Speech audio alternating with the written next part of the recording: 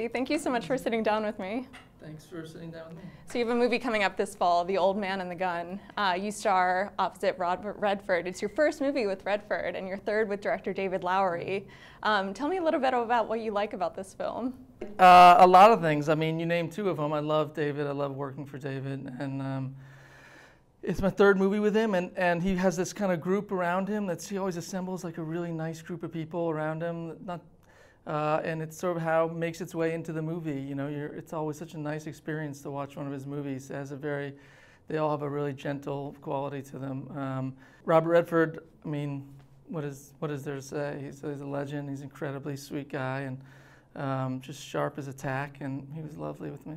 Anytime I had to go to set and I knew that he would be there, it was really exciting. And I had met him about 20 years ago. I did a movie with a director named Lisa Kruger, who's a friend of mine, and she, I can barely even remember. We were sitting in a crowded room, and she's like, "There's Robert Redford," and it was just one of those moments where you just kind of freeze and you shake hands. And I remembered, every little bit of it. We haven't heard from you in a while. Actually, the last time we spoke, you were promoting another David Lowery film, A Ghost Story. What have you been up to in the last year? Well, I made The Old Man and the Gun. I made another movie called Light of My Life, and I've just been spending the rest of my time with my kids and my girlfriend and just trying to squeeze in a little bit of life. And if I'm not promoting a movie, then I'm not going to do any press probably, so that's why you haven't heard from me. You also, earlier this year, made the decision to step away from presenting the Best Actress Award at the Oscars. Why did you do that? I think it was the right thing to do. Just given everything that was going on in our culture at the moment, having two incredible women go present the Best Actress Award really felt like the right thing. During your Best Actor Oscar campaign for Manchester by the Sea, allegations resurfaced, a civil lawsuit that happened during the making of your film I'm Still Here that was settled in 2010. But we haven't heard from you since Me Too and Time's Up sort of became a big conversation point in the culture. Has that made you reflect on or reevaluate any of that experience, the atmosphere on that set?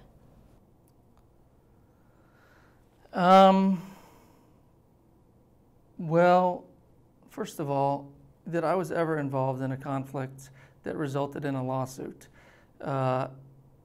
is something that I really regret. I wish I had found a way to kind of resolve things in a different way. I hate that. I had never had any complaints like that made about me before in my life, and it was really embarrassing, and I didn't know how to handle it. And I didn't agree with everything that was in the way that I was being described and the things that were said about me. But I wanted to try to make it right, and so we made it right in the way that was asked at the time. And we all agreed to just sort of try to put it behind us and move on with our lives, which I think we deserve to do.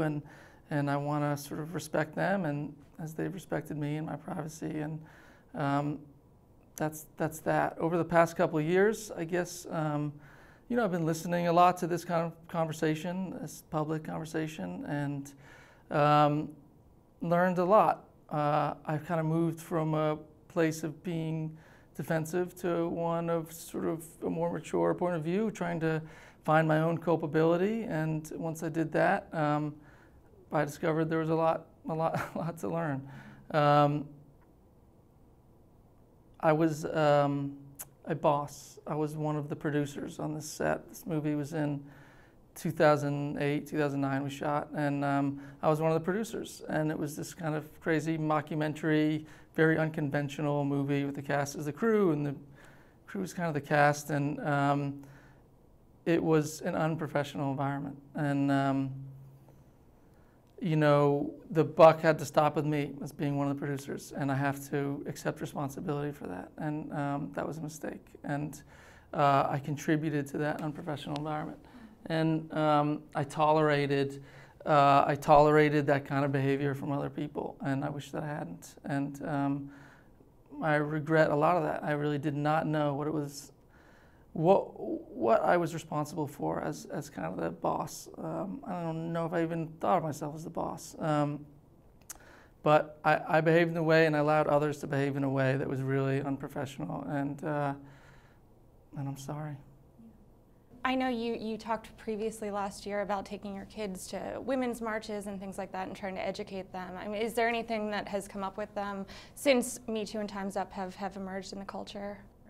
Well, I mean, I've taken these lessons that I've learned, not just sort of with me to work and other places, but to home and as a dad, and it informs how you parent and how I have 2 boys, and so, you know, I wanna be in a world where grown men model compassion and decency and also contrition when it's called for, and I certainly tell them to own their mistakes when they make them, and it's something that I want to do. You're also still a boss. You have a production company, Sea Change Media, and you've directed your first film, Since I'm Still Here, too. Can you talk about how you have evolved and how you have changed to create a safe working environment for people who work for you?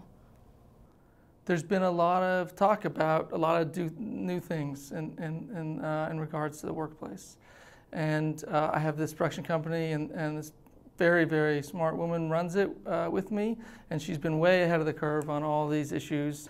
But I think that just bigger picture that, you know, in this business, women have been underrepresented and underpaid and objectified and diminished and humiliated and belittled in a bazillion ways, and just generally had a mountain of grief thrown at them forever. And no one was really making too much of a fuss about it, myself included, until a few women with the kind of courage and wisdom to stand up and say, you know what, enough is enough. And those are the people who are kind of leading this conversation and should be leading the conversation. And I know just enough to know that I, in general, need to just kind of keep my mouth shut and listen and try to figure out what's going on and be a supporter and a follower in the little teeny tiny ways that I can. And we do that at our production company. And I try to do it at home. And if I'm ever called upon by anyone who to help in any way and contribute, I would be more than happy to. Your Manchester by the Sea director, Kenneth Lonergan, had implied that in the press that you've been treated unfairly through this whole process. Do you have any response to that? Do you agree with him? Whether I have or haven't, I think that there are people in the world who deal with much greater hardship than that, and they do so without complaint. So I don't think that I need to say anything else about that. And then just at your production company, I mean, just in general, what sort of projects are you looking for, and what sort of, you know, filmmakers are you looking to shepherd at that company? Well, Whitaker, the woman who runs the company, does all the good work, and then I kind of make some noise in the sidelines too. And she's just, you know, she's found people who, I think we're trying to find people who can tell stories that we don't usually see in mainstream pop culture, media, movies, Hollywood, with storytellers who, you know, need a hand. It's nice to be able to take the teeny tiny bit of experience that she and I have and use it to like help other people get started. There's really no better feeling than that. It's been great. Thank you so much. I really appreciate you taking the time. Thank you.